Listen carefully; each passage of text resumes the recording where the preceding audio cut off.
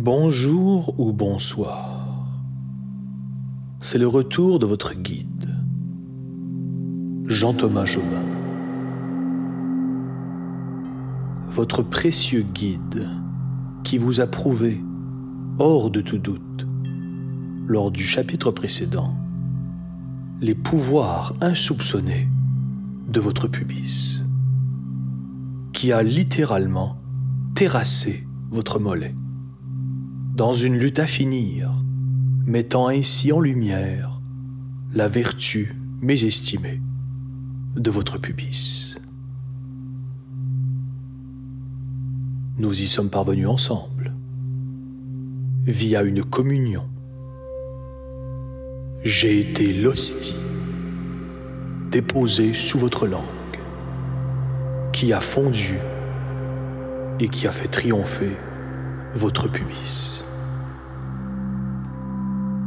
Et par la bande, vous avez été détendu et également, votre estime de vous-même a été énormément rehaussée.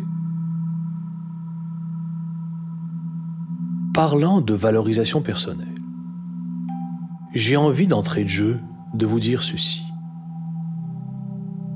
Je vous aime. Je vous trouve beau. Je vous trouve belle.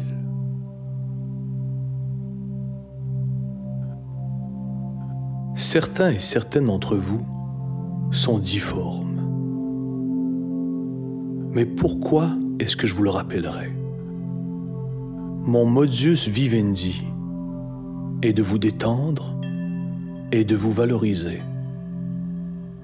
Donc pourquoi parler de vos difformités, de vos particularités physiques odieuses, qui vous rendent difficiles à regarder, qui font en sorte qu'on change de trottoir pour vous éviter? Ce n'est pas mon mandat de vous rappeler toutes ces atrocités physiques qui vous accablent. J'en fais fi. Donc faites de même, faites-en fi. Pour la durée de la séance, vous êtes beau. Vos difformités reprendront du service aussitôt la séance terminée. Et vous devrez les gérer.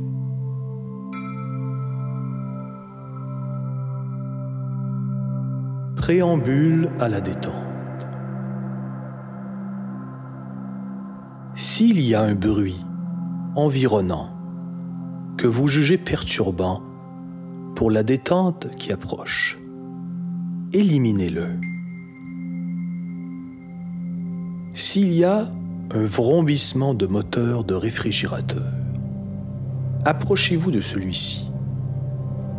Martelez-le à grands coups de genoux puissants.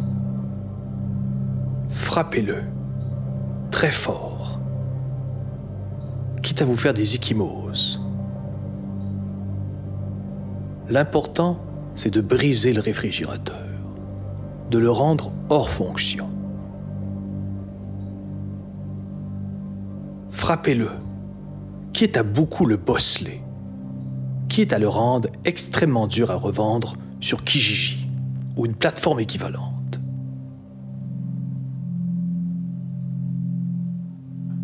Je ne suis vraiment pas fan de la stratégie de réduire la roulette du réfrigérateur pour la mener à zéro, pour stopper le moteur. Les gens qui réduisent la roulette pour la mener à zéro sont des idiots. Maintenant que vous avez brisé votre électroménager, on peut s'allonger dans la baignoire. Ouvrez le robinet. Placez la manivelle à bouillante. La vapeur fume. Puis, positionnez votre pied gauche sous le robinet. Immédiatement, vous êtes saisi. C'est extrêmement brûlant. Vous avez le pied complètement ébouillanté. Des cloques apparaissent quasi instantanément. Votre pied est tout rouge et commence à bulber. Vous avez très très mal aux pieds. Ébouillanté comme vous n'avez jamais été ébouillanté. Mais vous occultez la douleur. Mais ce qui vous calme, c'est le ruissellement de l'eau qui fuit dans le drain. Et parlant de ruissellement, l'eau bouillante se dirige sur votre cuisse. Et l'entend ébouillanter tout votre corps, une partie du corps à la fois. Après avoir ébouillanté vos cuisses, l'eau bouillante fait une halte niveau pubis.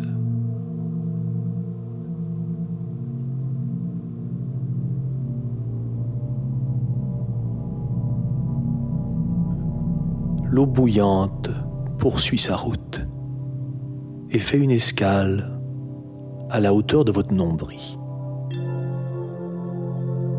Sentez-vous le fourmillement de l'eau bouillante autour de votre nombril?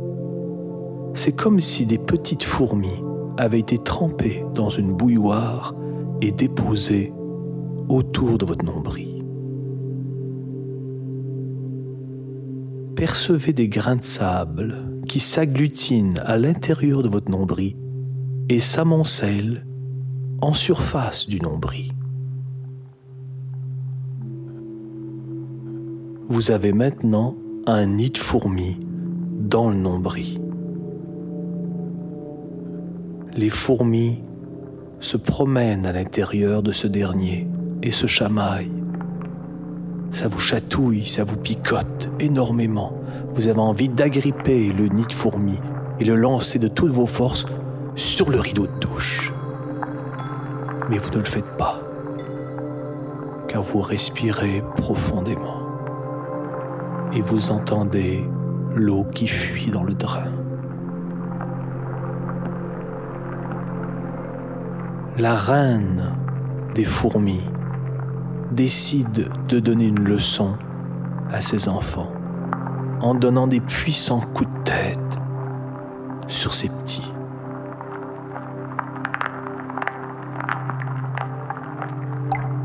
Ce sont des coups de canon que vous ressentez dans votre nombril, des coups de canon de brûlure et de picotement. Mais vous réussissez à les occulter. Ensuite, prenez votre ongle le plus coupant. Faites une entaille dans votre mamelon. Pénétrez l'ongle dans le mamelon. Ciselez-le. L'entaille de plus en plus profonde.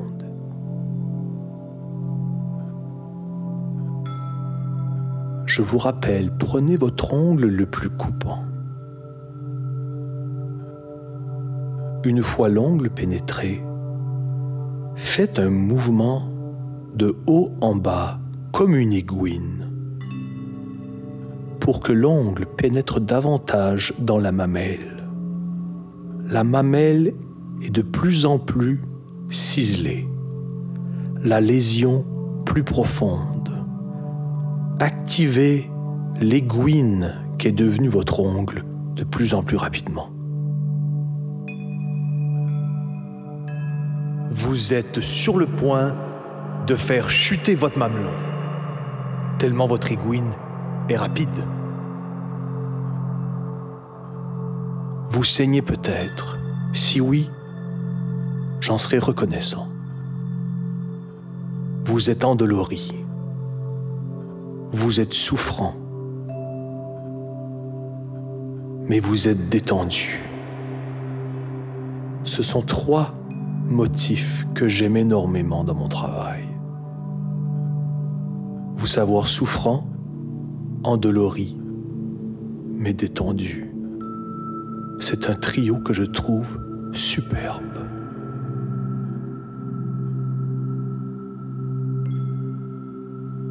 Avez-vous remarqué ce qui s'est produit? L'aiguine était tellement puissante et vous a tellement fait mal que vous avez oublié les brûlures et les cloques aux pieds et le nombril extrêmement chatouilleux. Vous êtes très fort mentalement. Vous vous détendez au travers de beaucoup de stimuli que le commun des mortels ne pourrait supporter.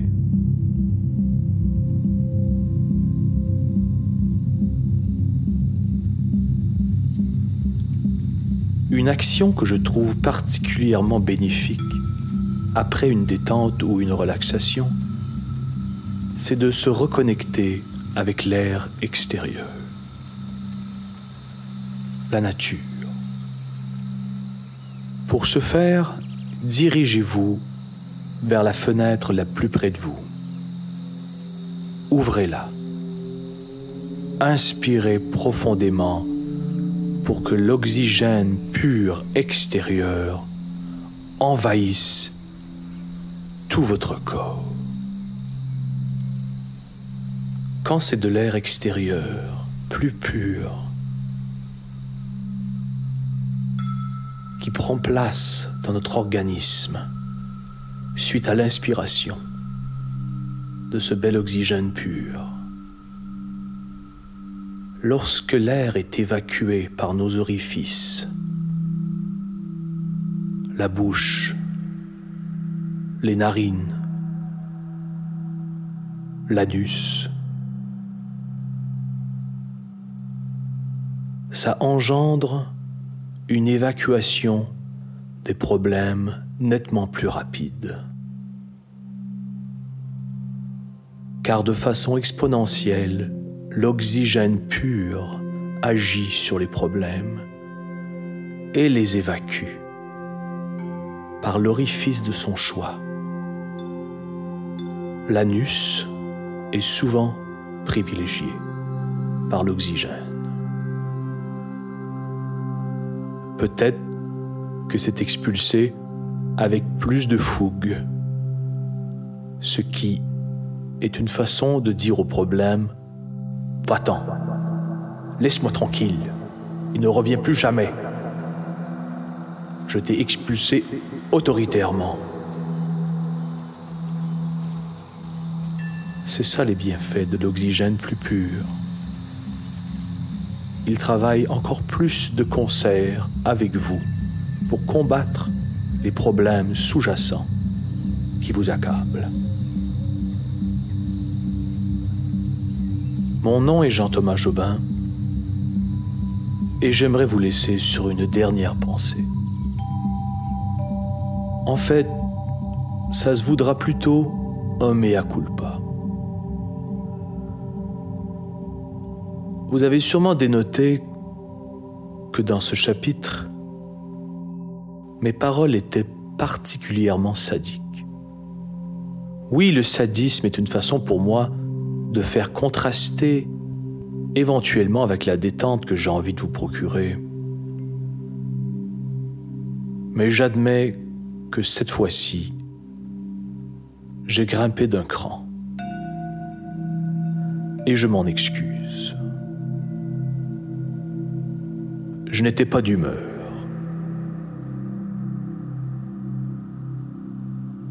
Je n'étais pas dans de bonnes prédispositions pour enregistrer ma relaxation. Je m'explique. Tout à l'heure, quand je suis revenu de mon atelier de courte pointe du Cercle des Fermières, je me suis fait livrer des pâtes, des cheveux d'ange au pesto. Selon mes recherches sur Wikipédia, les cheveux d'ange sont des nouilles 6e en termes de minceur de nouilles, derrière les tagliatelles, les fettuccini, les linguini, les spaghettis et les spaghettini. Mais quand j'ai soulevé le couvercle de mon repas, et que j'ai constaté l'aspect on ne peut plus sec des cheveux d'ange, j'étais en colère. La livraison avait pris 50 minutes et résultat, le pesto sur les cheveux d'ange était en grumeaux. Séché sur les cheveux d'ange, qui semblaient en bloc. J'étais très irrité. J'avais envie de bonnes pâtes fraîches. Dès lors, mon repas me déprimait profondément. Mais ma colère a monté en crescendo au contact de ma langue avec les pâtes. Le niveau de sécheresse des grumeaux de pesto était bel et bien réel. J'avais envie de tout catapulter buccalement, les cheveux d'ange. Mais je ne l'ai pas fait. Je les ai avalés. Comme un grand. Et je suis venu enregistrer ma relaxation. Et c'est vous qui avez écopé. Je me suis vengé sur vous pour mes cheveux d'ange au pesto trop secs. Non, vous n'êtes pas difforme. Et pardon pour l'aiguine d'ongle dans la mamelle. C'était exagéré. Et sadique. Mea culpa. Vous voyez que mon erreur nous serve à tous et toutes de leçon. Vous venez d'être la cible de ma vengeance par ricochet. Jamais vous ne ressortirez grandi d'une vengeance par ricochet. Surtout pas pour des cheveux d'ange au pesto. C'est ce que j'espère humblement que l'on retienne de la relaxation d'aujourd'hui. En vous remerciant pour votre écoute et votre fidélité, Madame, Monsieur, dormez bien.